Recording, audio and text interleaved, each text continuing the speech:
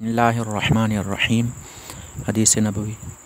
हज़रत अबू मूसा बयान करते हैं, रसूलुल्लाह सल्लल्लाहु अलैहि वसल्लम ने फ़रमाया, अल्लाह ने जो हिदायत और इल्म देकर मुझे मबऊस किया है वो किसी ज़मीन पर बरसने वाली मूसलाधार बारिश की तरह है।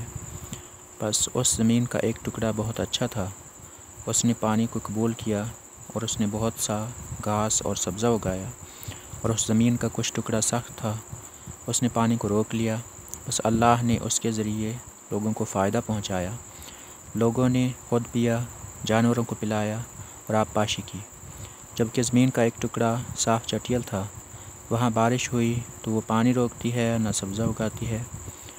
बस यही मिसाल उस शख्स की है जिसे अल्लाह के दीन में समझ बूझ अता की गई और अल्लाह ने जो तालीमात देकर मुझे मबऊस फ़रमाया उनसे उसे फ़ायदा पहुँचाया।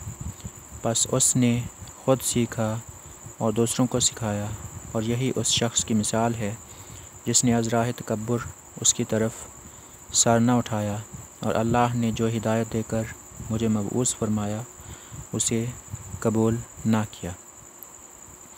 इस हदीस पाक में एक मिसाल के ज़रिए नबी पाक सल्लल्लाहु अलैहि वसल्लम ने ये समझाया है कि दीन की समझ बूझ अल्लाह पाक जिसको अता फ़रमाता है और वो उससे ख़ुद भी फ़ायदा लेता है और दूसरों को भी फ़ायदा देता है, तो वही आदमी सबसे ज़्यादा फ़ायदे में है।